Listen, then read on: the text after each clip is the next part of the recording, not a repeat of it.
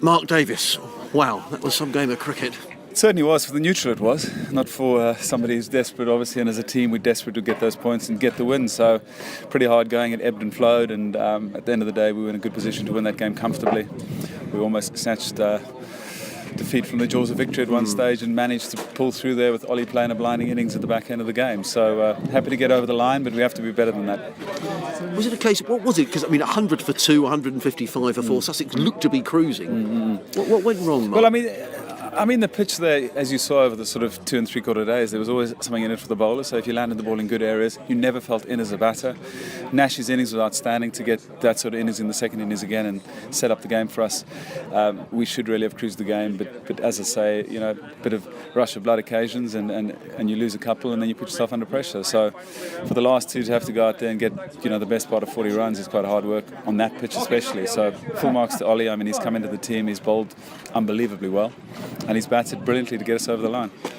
What was his instruction? Because I knew when Danny Briggs came out to bat, Danny's a very solid number 11. In fact, he's better than that. Yeah. What, did you have specific instructions to Ollie, or did you just leave him to play as he wanted? Well, actually, I think the best thing to do in that situation is let players play the way they play. And Ollie's naturally an aggressive player. He's naturally a player that can play shots off decent balls as well. He's a very, very fine batter in his own right, and he's a dangerous batter as well. So I think in that situation you have to score as well. It doesn't help to go into your shell and sort of wait for the ball that's going to get you out. I think it's important to be aggressive, and that's exactly how he played. So he played his natural game and played some great shots to get us over the line. I have to ask you, Mark, about Luke Wright's dismissal, because it sort of brought gasps around the ground, really, when he was stumped. How did you see that, and what's Luke's reaction been? Look, it happens in cricket. We've all been around cricket for a long time, and I've played for a long time, and you've seen a lot of cricket, so that can happen in the game. Luke's a fantastic cricketer. It doesn't make him any worse a cricketer because he's run down and missed the ball. That's life, and occasionally there's a rush of blood to the head, and we do things that we don't expect to do or don't really want to do, but that's life, and he'll be back. I mean, he's a fine cricketer.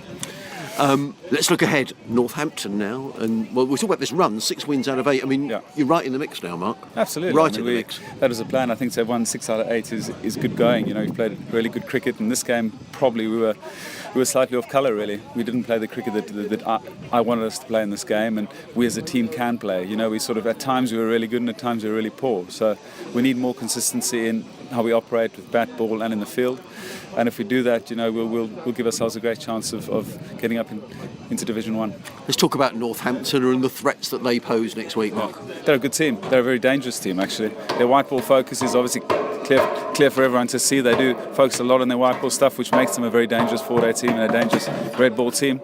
They've got fine players, they've got very aggressive players, they've got a good bowling attack. So I don't think there's not a tap in the division, really. So every single team that you go to, you have to be on your best, otherwise you'll come second. There's a lot of cricket to be played. What's the schedule now over the next few days leading up to the game at Wantage Road? We're going to have a couple of days off. I think at this stage of the season it's important that players spend a bit of time with their families and put their feet up for a little bit. Then we'll train at Hove on Monday, we'll train at Hove on Sunday, we'll train at Hove on Monday, travel up Monday afternoon and start the game Tuesday.